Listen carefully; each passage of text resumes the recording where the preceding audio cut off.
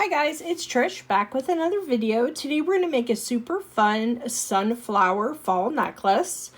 The items that we're going to need are the sunflower buttons from Dress It Up Buttons, the orange bell pepper mix, and it's a mini mix from Jesse James Beads, some chain also from Jesse James Beads, a clasp of your choice, some jump rings, and some head pins. So let's get started.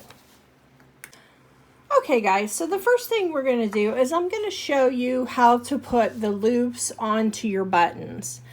Now on these ones that I didn't even have to cut the shank off. You can choose to do that if you so desire, but I would just put a little dab of glue in the opening there underneath where you cut the shank, just to keep things nice and secure.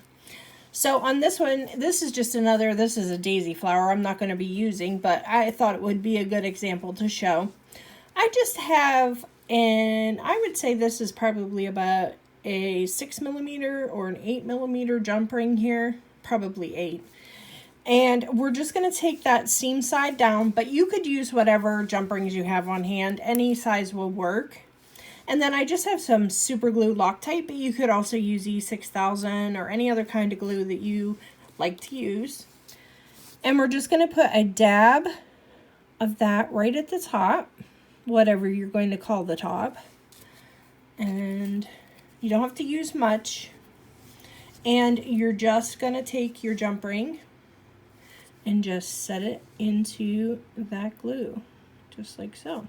Now these have to dry for a little while. Just take my little pliers there and make sure everything's where I want it.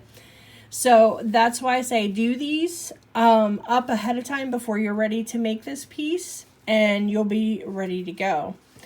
So this is what it looks like. Like I said, we have all our little jump rings ready to go so we can attach our sunflowers. So the next thing we're going to do is we're going to get our head pins out, and this is really an easy step. And even if you don't have one of the tools I'm going to be using, this one-step looper, it's still easy. You just have to make simple loops. Simple loops are pretty easy, and I can show you those just in case you don't have this tool. So I'm just going to open up my bead mix here and get it out so I can see what I want to use. And I know for sure I want to use these tassels, so I'm going to put those to the side over here by my flowers, and then start choosing the beads that I want to hang down on my piece. So I have 6 sunflowers here, so I'm probably going to do 5 sets of beads. Let's see how that looks. You can use whatever amount that you like, just enough to fill in. If you want it to be really with a lot of beads, you can certainly do that. But we're just going to do a simple one here. So I'm just going to take my head pin here to make sure that's in camera, and I'm going to put one of our beads on and one of our rondelles. This really cool square bead. And let's see, I don't know if I want another rondelle, or let's do this pretty brown bead. If I can grab it here, let me just grab it and put it on. This looks to be check glass, which it's table cut on all sides, so really cool. And there we go, there's the hole. So that is our first dangle, if you will. So with the one-step looper, all you do is you have your beads on your pin. You're just going to slide your pin in through the one-step looper and out the other side and push it up against it. Then once I get this pushed up against this side, I'm just going to back it off a hair, then give it a squeeze, and it does everything for you just in that one step. The reason I say to back those beads off, guys, is because this can crack your crystals. This tool can crack your crystals if you're too close to them. So just a little heads up on that. So now I'm going to show you how to do the next one like this, doing a simple loop. Just in case you don't have the one-step looper, this project can certainly still be done easily. So we're going to pick up the same beads we're going to find one of those tiny crystals, one of the tiny orange ones, and put that on. And a rondelle. Is that the size of rondelle I used? Yes, it is. Okay. Our little square bead, our real pretty EB bead, and one of these pretty little table cut check glass. Whoops.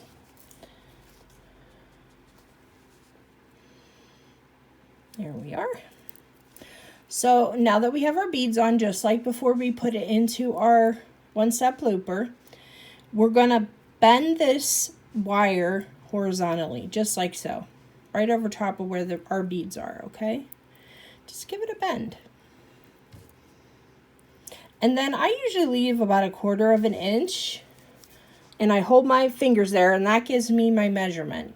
I know if I hold my fingers here, it usually cuts pretty close to where I want it. So, but about 1/4 of an inch will work. Then you're just going to take your round nose pliers, and you're going to grab the end of that wire to make whatever size loop that you want. I want to try to get close to the size here that I have, so I'm going to scooch that up just a hair. And I'm holding that where there's no wire coming through on this side. And I'm just going to roll my wrist with my pliers, release, and roll again. And that gives you your loop. Just like that. Very easy. So don't fret if you don't have the one-step looper, for sure. Okay. So there's that, and I'm going to go ahead and continue with the one-step looper just for time here. So, and we're just at this point, we're just picking more beads to put on however you want to design your piece. Take one of these bead caps, and let's see. How about one of those rondelles? Actually, no, let's put one of these orange beads on.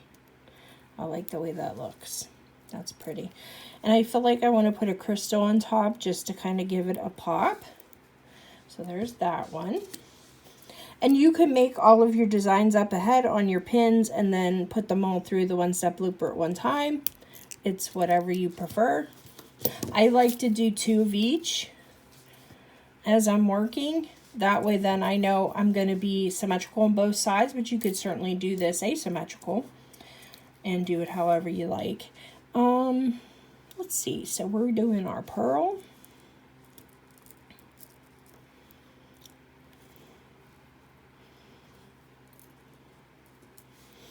Our bead cap. Our pretty long bead here. And a crystal rondelle on top. Okay.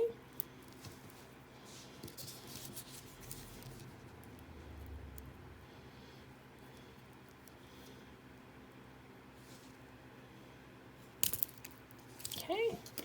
So I'm going to lay this out now since I have a few made. So I'm going to take my buttons and lay them out down here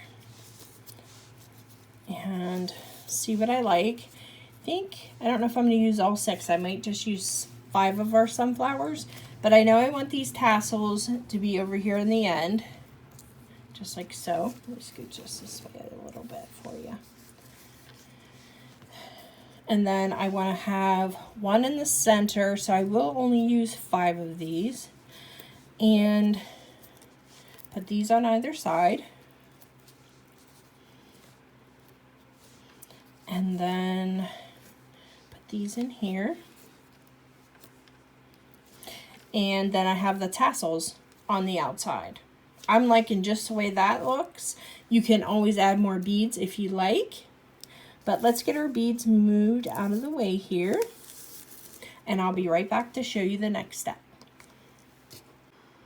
Okay, so our next step is we're going to put our pieces that we've made here, our bead dangles and our sunflowers onto our chain. Now what I've done, I've cut a 21-inch piece of chain. That fits me good. I'm comfortable in that length. but you cut yours to whatever works best for you. I've folded it in half so I can get the center. And I'm going to put one of my sunflowers right in the center. I've got some smaller jump rings here, but you guys use what you have in your stash. Don't buy, if you only have to buy a certain kind of jump rings for this project, just buy one kind, and that one kind will work for all of it. And I just put in my jump ring on. I opened that up, and I'm just going to slip that onto that link that I have as my center. Okay, and then I'm just going to close that jump ring up. Okay. Then what I'm going to do is I'm going to straighten out my chain, and then I can kind of place things. I'm going to lay it here and kind of place things along it at an equal distance. Okay, so I know I want to put, let's put that there.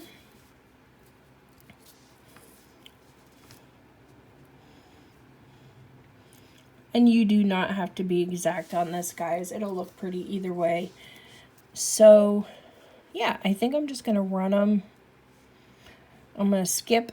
What I'm doing here is, if you see these sections here where I have a large, a small, a large, I'm just skipping one of those sections, putting the piece in the middle ring of that section, and then do the same thing. Okay, so that'll give us spaced out pretty good, I think. So let's get another. Actually, if you made your head pins, guys, if you wanted to, you could open your head pin up and just hook that directly on. I am going to use a jump ring, but that would save you on some jump rings right there. But I like the jump rings because it seems like you get a little bit more movement when you use a jump ring. So let's open this one. And we skipped our section. And then we're going to put this right here on that little loop and angle that in there if we can.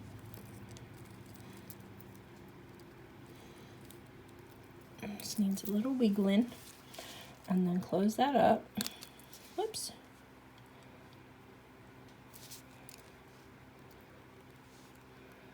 And then close that up.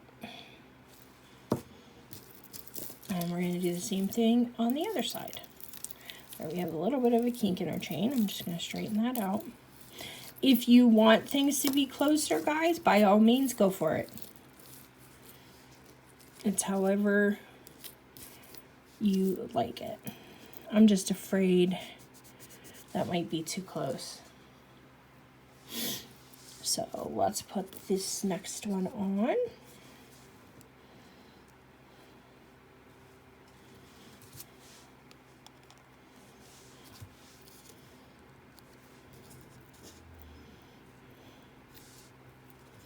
So we're going to skip that section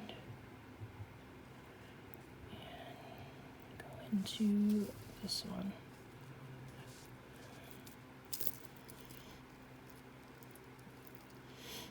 Okay.